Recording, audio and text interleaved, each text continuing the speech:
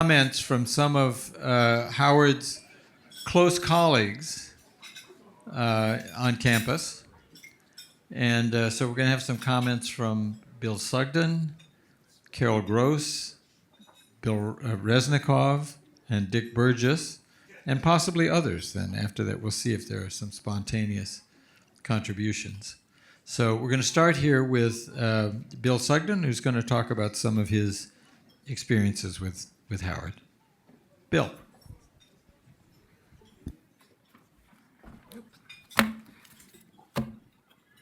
Hello. So let me tell you what I'd like to do. I would like to illustrate for you how Howard professionally and personally grew to be a friend with 3 vignettes. And the first you've heard already multiple times, but I'm going to repeat it in my own way. And that I want to first take you back to 1954. And as I look around, not everybody in this room can remember that date. But anyway, 1954.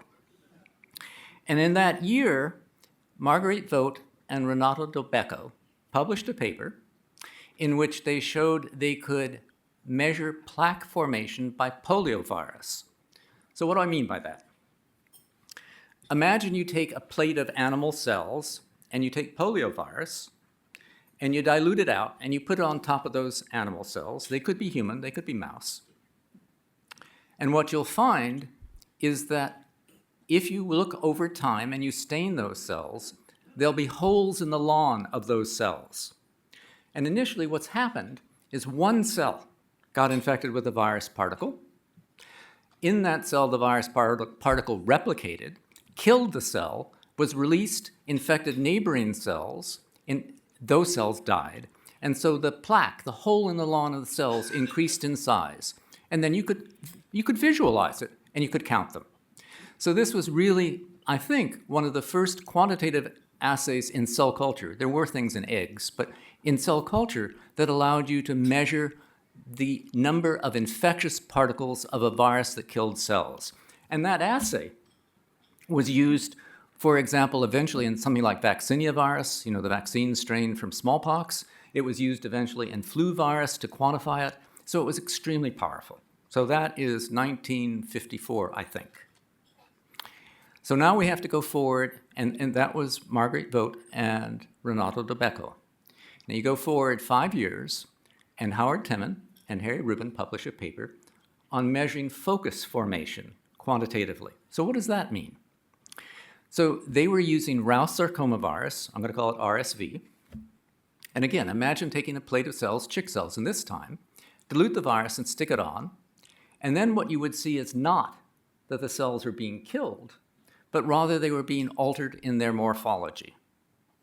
And then what Howard did is was able to pick these cells and propagate them and show that a single cell infected with a virus could give rise to more cells. It was alive, it could proliferate.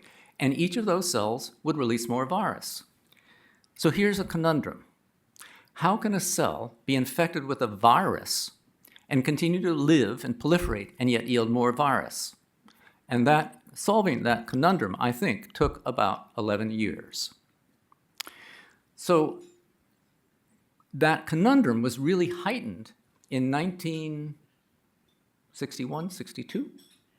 When 2 groups, one in this country largely, one in Europe largely, discovered that the information flows from inside, in this case, just from DNA, because this is all in E. coli, from DNA to where ribosomes synthesize protein via an RNA molecule. Messenger RNA was discovered at about 1961. Remember, their earlier work was 1959, I think. Then, in that same year, Crawford and Crawford discovered that the nucleic acid, the genome of Rous sarcoma virus was RNA. So RNA is supposed to be a messenger. So let me again repeat, what's the conundrum? How can you have a cell survive, release virus? The genetic information of that virus, or the genome of that virus, is RNA. That's a messenger. How can you have that maintained in the cells as they proliferate? That's the conundrum that he worked on. And as Rayla's pointed out, in 1964, he published a paper that Jim Crow submitted to PNAS in which he detected DNA homologous to RNA. And then that conundrum was really settled in 1970 when he and David eventually discovered the enzyme, reverse transcriptase, that mediates that information flow from DNA to RNA and then to be translated into protein. So what this vignette for me illustrates is that Howard was a really tenacious experimentalist and researcher who was wise enough to identify fascinating biological questions and pursue them successfully. So I came to McArdle in 1975. And within a week, and I mean this literally, within a week, Howard came to me and asked would I like to go to lunch with him. So I said, sure. And that lunch was with Paul Kaysberg and Roland Ruckert, two virologists. And we went every week. We left at 11:30, this is once a week. We left at 11:30, went to Union South for lunch, so we could get back at 12:10. Why do we have to get back at 12:10? Because there was a student seminar for virologists in those days, so students, postdocs in virology, that Howard had organized. These lunches, by the way, this is 1975. There was no such thing as a mentoring committee for faculty. But these lunches were where Howard and Paul and Roland introduced me to, honestly, campus politics, departmental politics, and even occasionally science, occasionally. But what this vignette illustrates is how actually caring he was to help a novice faculty member, in this case, novice faculty member feel at home and learn something of what it's like to be an academic. So that was incredibly useful and powerful for me. So soon after I came, Howard was awarded the Nobel Prize. And he and Rayla and Sarah and Miriam were going to go to Stockholm to celebrate. And he came to me and said, I'm going to miss some lectures in the virology course. Will you teach them? I said, sure. And so he gave me his notes, and I figured what I had to do was just to prepare lectures, and then I'll teach his classes. Howard had a very different plan than that. So he came to me, and after he'd given me his notes, and I had a little time to prepare the lectures, and he said, I want you to give me these lectures in the large lecture hall by yourself and with me so that I can determine whether or not you're competent. He didn't say it in those words, but that's really what he meant. And so, just imagine for a moment. You're alone with an expert in virology. You're in a in those days, large lecture hall. You're up front, he's in the back, and you're lecturing to him about something that he's an expert on. Would you feel a little bit intimidated? But I passed. I gave those lectures, and actually, this was in the course with Bill McLean, and Bill and I and Howard taught that course for, a decade, 2 decades more. So what that illustrates for me is that Howard really cared about teaching, as exemplified by his beginning, this seminar course for virology students, which, by the way, now is for all graduate students in McArdle and postdocs, and by his caring enough to figure out whether I could teach. So Howard's organizing and participating in this weekly virology seminar really did show the quality of his dedication to teaching. Howard was a remarkable human being, both professionally and personally, and I'm fortunate to have known him. Thank you.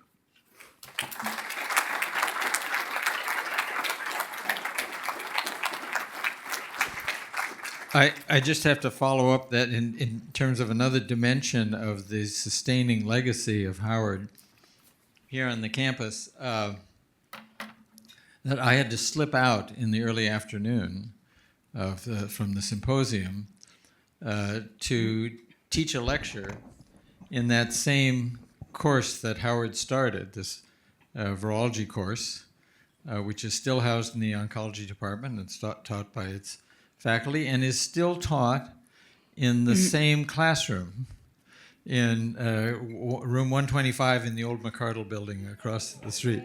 So again, very continuing legacy. And the students this year are very engaged. So in teaching as well, this lives on. Carol. Can you all hear me? Yeah. So I have to apologize because I wrote this out in advance. When I give science talks, it's all from memory. But when I'm talking about people, I can't do it. It's too emotional for me. So you'll have to, I apologize. So I want to thank the organizers for allowing me to talk. And what I want to say is Howard was a one-of-a-kind person. He was brilliant, far-seeing, master strategist, quirky, and caring. He was also comfortable in his own shoes and humble in his approach to life. I only wish that I had been able to tell Howard himself the things that I'll say today to you. So I'm going to start like Bill with 3 small vignettes, but I'm not going to stop there. And what I want to show you by this is how his far-seeing view coupled with critical interventions made things happen. And these are all things that he talked about that I just observed. And the first was about Dick. Dick was thinking of leaving Madison for a biotech startup in Seattle. Howard was worried. He worried that this would be one too many departures from the campus, and he sought a way to stem the tide. He advocated for a Madison Biotech Center led by Dick. Dick stayed and helped set it up and guide it through its early years to great success. So he saw something, he figured out what to do, and he made it happen. And a second thing that impressed me was his relationship with Donna Shalala, who was a fabulous chancellor, and I was also friendly with her, so I've also heard this from her. But she knew nothing about science when she came, and Howard saw an opportunity. He educated her on the ins and outs of scientific enterprise. And of course, she was then a great chancellor for Madison in science. But then he promoted her to Bill Clinton to be Health and Human Services Secretary. She got the position, and she was the longest-serving secretary, the first woman, the first Lebanese American, and a great advocate for science. And of course, she went on to do many other things, including being a congressperson and the interim head of the new school. And the last you've already heard about from many people, but when Howard was awarded the Nobel Prize, he really thought about how he was going to use this platform for human good. And he decided to choose this one cause, anti-smoking, and he crusaded with it, as you've heard from Rayla, starting with the Nobel acceptance speech. And he also told me that as a Nobel laureate, he had to be very intentional about what he promoted and what he did. He was a very careful man, and he didn't want to either spread himself too thin or lose his impact when he spoke. So, and I think these same characteristics you've heard many times in different ways from different people, and now you'll hear them in relation to me. So how did I know Howard? Well, first of all, before he was in Shorewood, we took the same bus home, and I'll tell you about that bus ride in a minute. And of course, I worked in McCardle with Dick, so we would often meet up, and we also attended the same synagogue. And finally, I used to give yearly reports on either the biological regulatory mechanisms or nucleic acids Gordon Conference, and Howard always came to them. And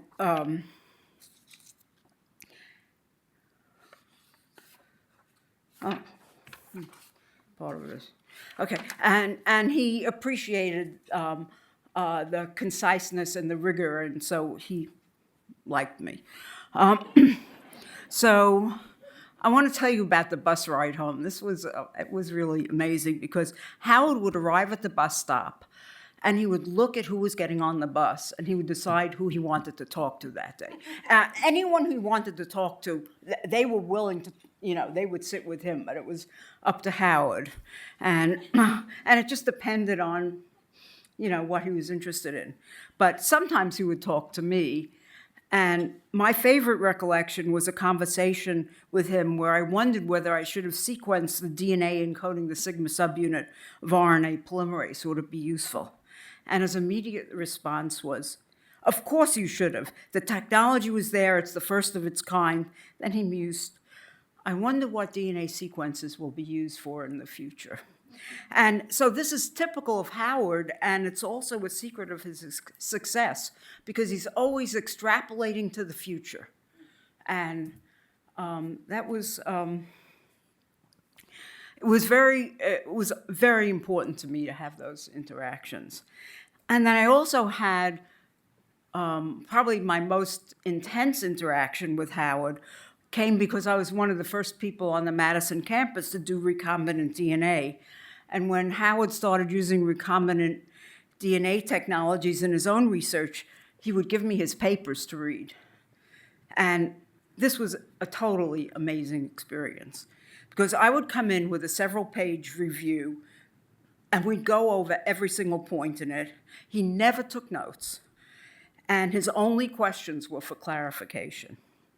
Then several weeks later, he would call me, or a month or whatever, call me back into his office, and he'd tell me the disposition of every single point that I raised, whether they did a new experiment, or whether they changed the emphasis, or whether I hadn't understood it. So this is what I want to tell you about these interactions. I think they say a lot about Howard as a person and as a scientist. First of all, it was amazing that someone as famous as Howard would seek advice from me. I was just a researcher. But Howard, he knew that I had the hands-on knowledge, and he trusted my scientific judgment.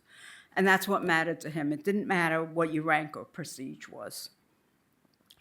And the second thing is, he must have assimilated every single point that I raised during the course of our conversation and figured out what he was going to do about it before I left the room. And it was a remarkable experience talking to him about it, because you could feel it. You could feel his entire being focused on getting the most he could out of our discussion. It's the only time in my life I've ever experienced such dispassionate intensity in scientific exchange. And I think you've heard this same story in other people, how, he just focuses on something and thinks about it. And I've never met anyone like that, and I never will again. And the last point was, he was totally able to put his ego completely aside and just hear what I had to say with absolutely no defensiveness. And that's a rare talent. And then, largely because of Rella, I think, and also because of Howard, he was very sympathetic to the difficulties of women obtaining faculty positions. And when he saw his chance, he stepped in to make it happen for me.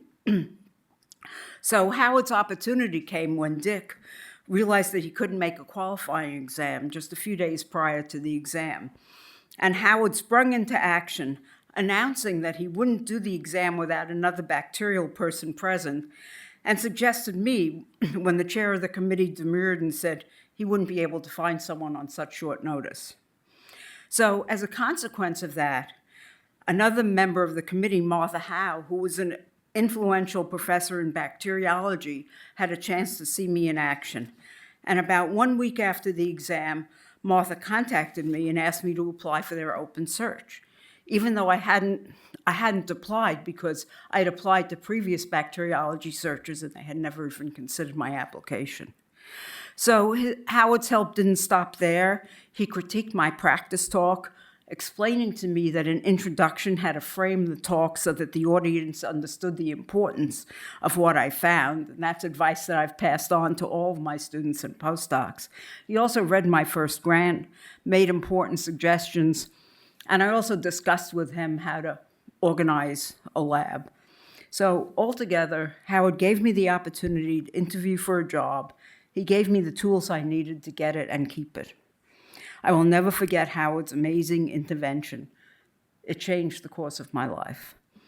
And finally, we heard from Rayla earlier that she had suggested to him putting women on, or maybe we heard from Sandy, I can't remember,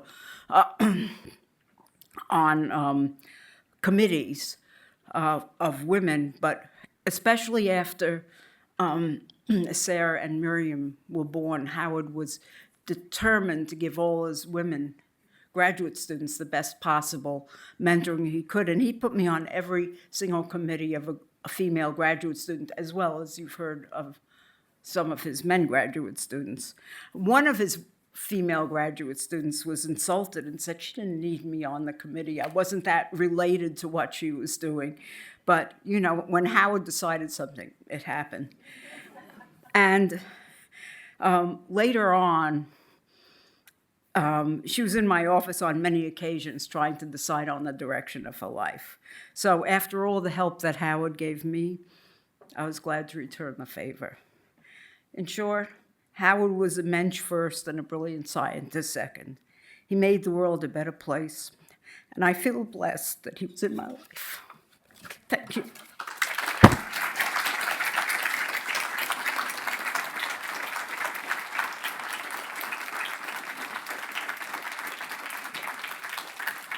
Thanks so much, Carol. So our next speaker is Bill Resnikov.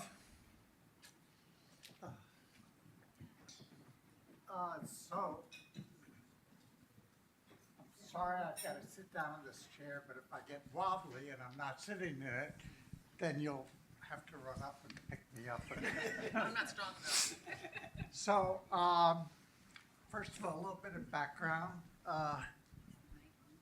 Some of the things I'm going to talk about, Rayla and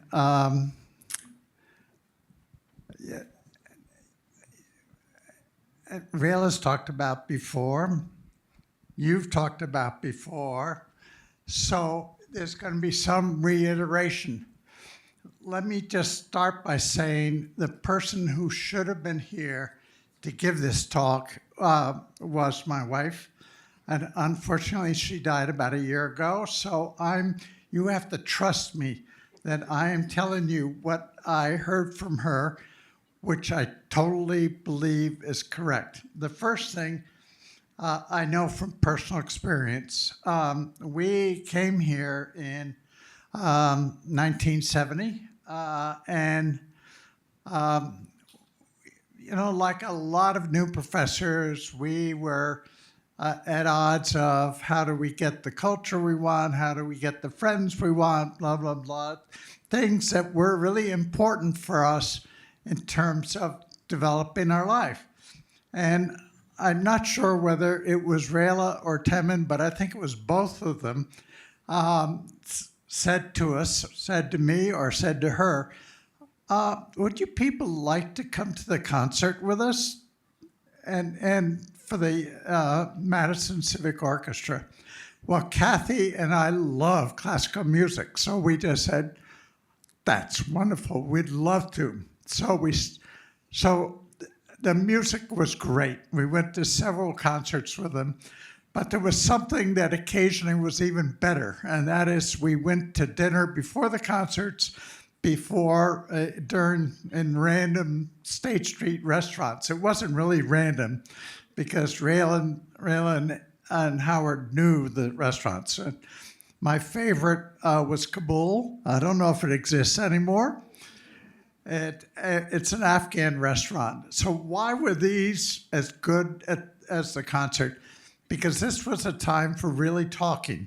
It was just talking about science. It was talking about family. It was talking about sometimes politics. It was talking about everything you could imagine. And so that was a way of really incorporating us as a family into Madison. And Rayla, thank you very much. We loved it. The second has to do with what Carol said about Howard being an activist and to try and help women have an opportunity at the careers that they deserved and that they were capable of doing.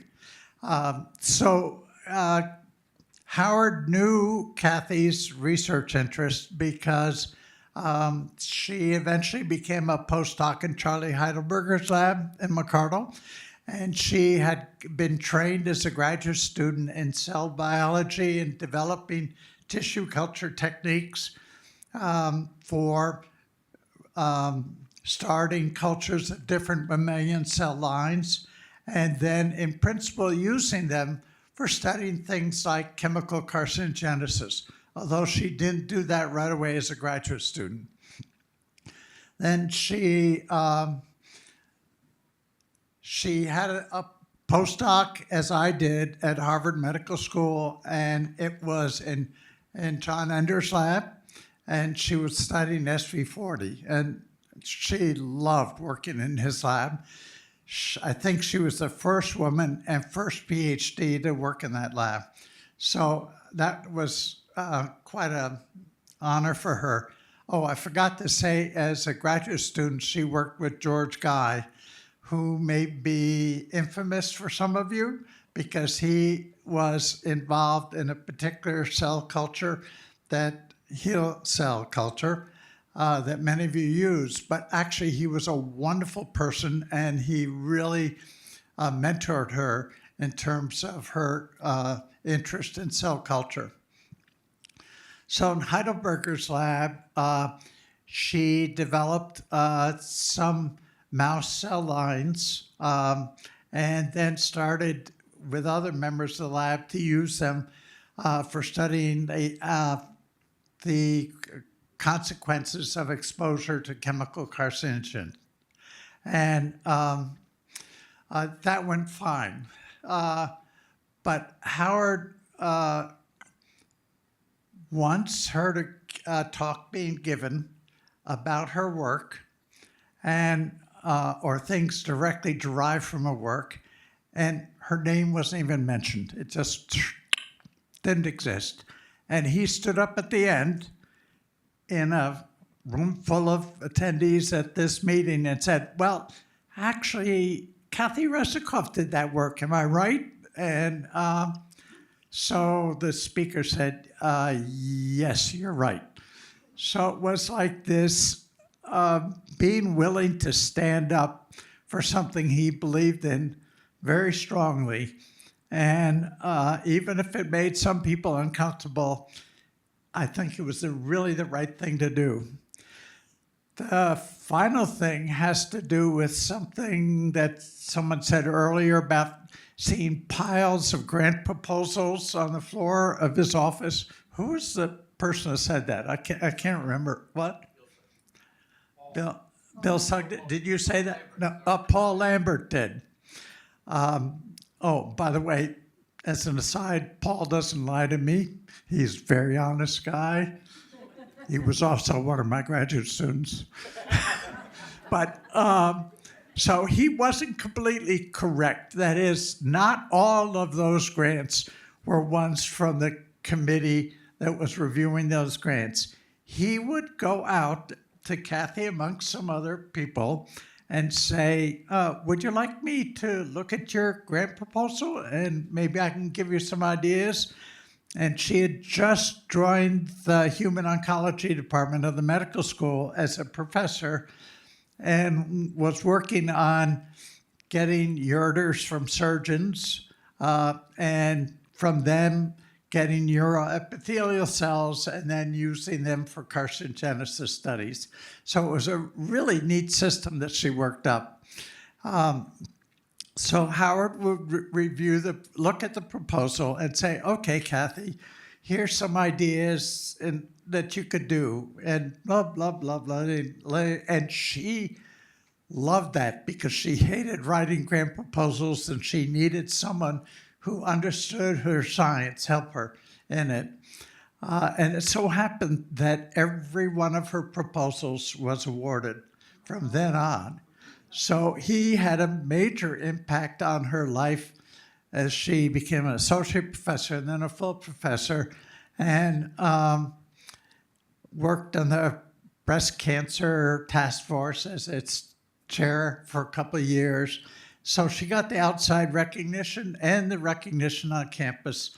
And I can't thank him except through Rayla enough for that. It was just wonderful, but it showed his philosophy that everybody deserves a chance, and I'm here if I can to help them at that chance. And we can look out there and say, women are not getting that chance. I'm going to help them when I can. So thank you.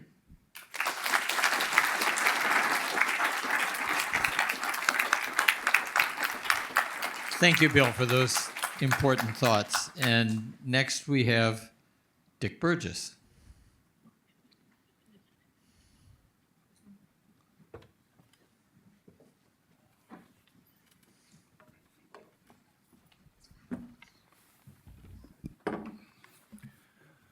Well, thank you for this opportunity. I just wanted to say, just in general, that I love this kind of a day. There's probably no better way to bridge the generations in science than to have a meeting where we talk about an important and influential scientist, where colleagues, students, present undergraduates, everybody, 3 or 4 generations, hear it and bond together over it. So thank you for the organizers. This is a really important kind of an event, and this is a wonderful opportunity for it. I have just a couple short vignettes myself. I didn't plan to do this, but when I got here and heard Rayla's wonderful talk and the other talks, I decided I would say a few words. The first time I ever heard of Howard was, I think, as a first or second year graduate student at Harvard. My wife, Ann, and I were both PhD students in molecular biology and biochemistry there, starting in 1964. And I think this was in probably 64, 65. And we took a virology course taught by Jim Watson, who was my PhD advisor. And at one point, he decided to talk about Howard's recent publications, which we've heard about today, as particularly the treatment of cells with actinomycin D that inhibited the virus propagation. I don't exactly know what it did. Anyway, here's Jim Watson, who is probably one of the key people behind what somebody called the shaggy dogma. I mean, this is still a pretty important way of thinking about things. It's just not complete. But Jim Watson said, there's this guy named Howard Temin at Wisconsin, and he's got some very strange results. But he didn't say they couldn't be. He said, Jim Watson has quite an open mind, and he said, his data look good. I think we should make sure we keep track of how this story unfolds. I mean, he was basically respecting Howard's experiments because they were sound, and kept an open mind about where they may lead. And I thought that was pretty cool. And then a few years later, I got offered a job in Wisconsin. So, and Howard became one of my colleagues. The second vignette has to do with Howard's discovery on the reverse transcriptase and the effect it had on the war on cancer and Nixon's war on cancer and the money that became available for doing cancer research, particularly in certain areas of virology. And I was a big benefactor. I arrived almost exactly 54 years ago today in Madison as an assistant professor in McArdle. I didn't have any grants, but my entire lab, my whatever startup, we didn't have big startup packages in those days, but my lab was completely funded for at least 3 or 4 years by the money that came from the War on Cancer funds from NIH. And I always had, and because everybody knew about DNA or RNA-dependent DNA polymerase, and because I worked on RNA polymerase, people thought I must be working on the same thing, right? It has RNA and it has polymerase.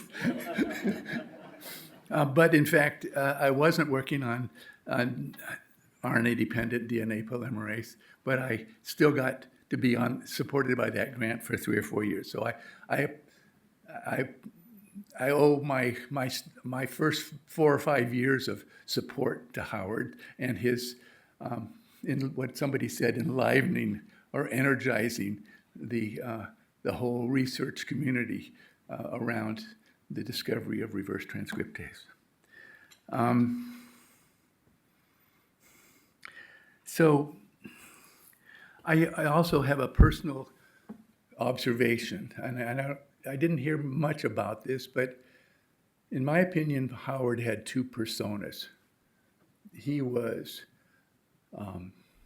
quite stern. I mean, he was very professional, very serious. And even as an assistant professor in his own department, I was a little intimidated, more than a little intimidated. And you know, I rarely saw him smile at a staff meeting or in interacting with him. You know, so he was focused. He was serious about his science. He had all kinds of good intentions, but I wouldn't call him warm in a business setting. On the other hand, Bill Resnikoff brought this up. Howard and Rayla and Kathy and Bill Resnikoff and Ann and I, for several years, had tickets to the Madison Symphony. And when you were at the Temin house before or after a concert, Howard was a different person. When he's around his family and his friends, he is warm. He's funny. He smiles. You know, so I don't know how many people agree with my assessment, but I really felt that he segregated somewhat maybe he reserved him.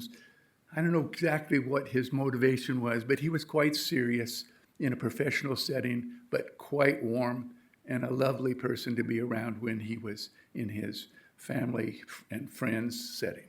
And I appreciated being a part of that.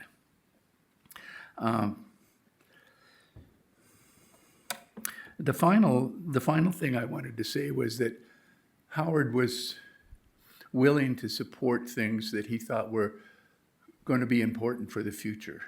I mean, Carol, I think you said this. When John Devereaux in Oliver Smithy's labs first developed what's called the genetics computer group, the first set of software for people to analyze DNA and sequences, the project was basically just a shoestring operation, and Howard came forward and gave money from, I don't know, from his grant or something to John Devereaux to help support this, because Howard knew that those computer tools were going to be important in the future, and he wanted to support it. And when I came back from my sabbatical and was thinking of leaving the university and suggested a biotechnology center be started, Howard was probably the most influential person arguing on my behalf, because he understood that the campus needed shared facilities, DNA sequencing, DNA synthesis, protein sequencing, protein synthesis, hybridoma facility, transgenic animal facility, transgenic plant facility, things that people needed to do cutting-edge research. I mean, Howard somehow recognized that it was the right time to start a center, and anyway, it made a big difference. That's probably, I mean, it was probably a really important reason why I'm here now and not some kind of a biotech administrator somewhere in Seattle. So anyway, I appreciate, he made a big difference in my life by helping me stay here and do what I did subsequently. Thank you.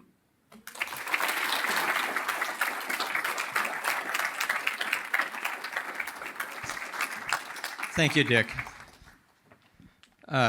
So I have to correct an omission I made a few moments ago, and that is I referred to the Oncology 640 General Virology course that Howard started, and I should have said that Howard started with Bill McLean, who's sitting right here with us. So thank you, Bill, for playing a crucial role in that enterprise. Howard taught me how to teach. I knew the facts, but I couldn't put them together. Well, Howard taught many of us how to teach and how to present in other settings. So is there anyone else who would like to contribute comments here to, as Bill and Carol and Bill and Dick have added further to our dimensions, personal dimensions we're seeing about Howard? You probably may think I've already said enough, but I did want to add one story that clarifies a lot of a meme that many of us may have heard over the years, and particularly timely with the passing of David Baltimore last week. And that is that Baltimore stole the idea from Howard and tried to publish it ahead of him. And you hear that, those of us that were around at that time have probably heard that over and over again. And I think the real story of what actually happened is actually a very good example of a couple of things, like the value of scientific meetings, for one thing. But the way I see it and what happened factually is that Alice Huang, working in David Baltimore's lab, discovered the RNA-directed RNA polymerase in rhabdoviruses, in vesicular stomatitis virus. David presented that work first, well before. It was published about this. It was published in 1970, sometime I think shortly before the reverse transcriptase papers. But he presented that at the 1968 Gordon Conference on Animal Cells and Viruses. At the same conference, Howard presented a very nice experiment that had been done by David Bettiger, the other graduate student in the lab at the same time I was there, in which he had infected cells with Rous sarcoma virus under conditions in which cell DNA, the cells were not making their own DNA. The cells were held in the stationary phase just by growing them in serum-free medium. He then held the cells for a little while, a couple of days. And then, actually, he added, before that, right at the time of infection, he added some bromodeoxyuridine to the cells. Bromodeoxyuridine, as I'm sure many of you know, is a thymidine analog that's incorporated readily into DNA and has the property that it sensitizes that DNA to extreme damage by strong visible light. And the experiment then was to infect cells in the presence of cells that are not making their own DNA in the presence of bromodeoxyuridine, hold those cells for a couple of days, relieve the block on cell replication, let the cells grow for a while, a couple of weeks, say, and then treat them with visible light. No, probably not quite that long. Treat for a couple of days, say, and treat them with strong visible light. And sure enough, you don't hurt the cells because the cells didn't incorporate the VUDR, but you do kill the virus infection. The cells are no longer either making virus or become transformed, as this was a transforming virus.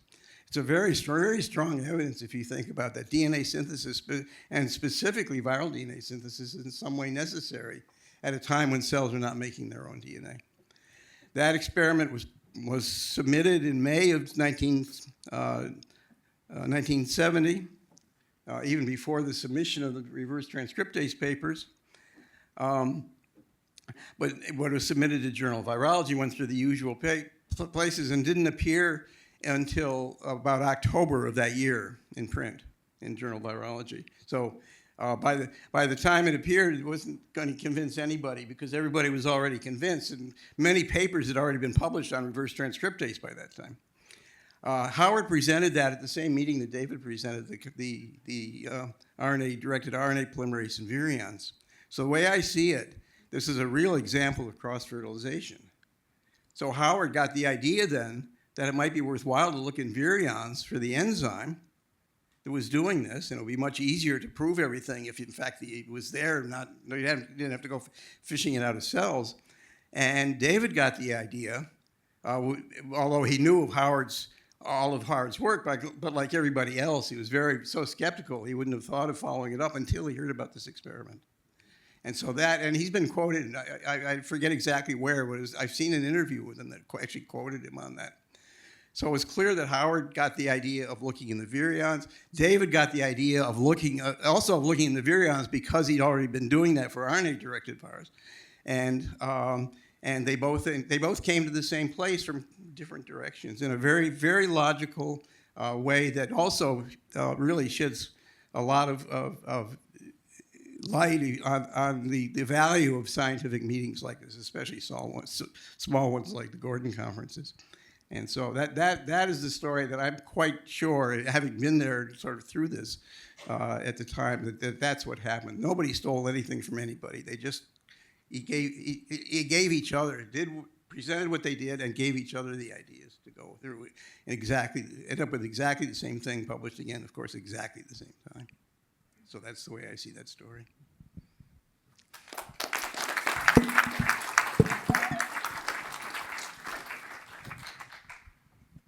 So a great example of the importance of cross-fertilization in science, and we've had many examples in the talks today about the willingness of Howard to unselfishly present his results at meetings as these crucial novel concepts were emerging.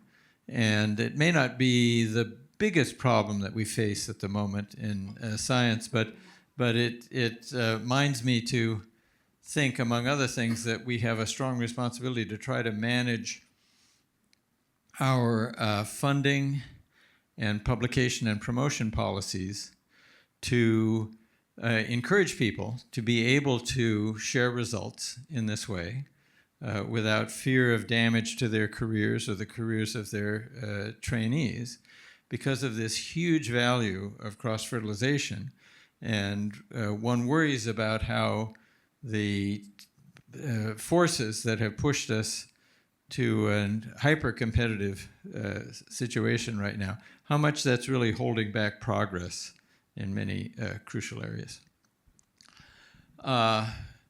We've had such a wonderful day. Does anyone else have any contributions that they would like to add? Okay, Jim Dahlberg. Well, we've heard a lot about how Howard used to bike into the lab. He also walked into the lab from home, depending on where he was and what the weather was like. I was a beneficiary of some of these walks because Howard and Rayla and I and my wife we all happened to live very close to each other, and many days we would walk in together. We got to know, I would know if I left at 5 after 8, I'd meet Howard over at the corner, at 10 after 8, and then we'd just walk in. And this was in Nakoma at that time, which was about 3 miles away. So we had some very good long discussions and good exercise as well. And we did this for several years. And at one point, I was talking to Howard about DNA synthesis and the retrovirus and so forth. And I don't know whose idea it was, but it came up that it would be interesting to know how the DNA synthesis was actually initiated with the reverse transcriptase in RSV. And so I started to do some experiments discussing with Howard, and then collaborated with Mike Bishop at UCSF. And we came up with the discovery that the primer for reverse transcriptase was a tRNA for the case of RSV, it was a tryptophan. For MMLV, it was another one, and so forth. So we came up with several discoveries that came out as a direct result of just these wonderful walks coming down Monroe Street here in Madison. And it was a great experience.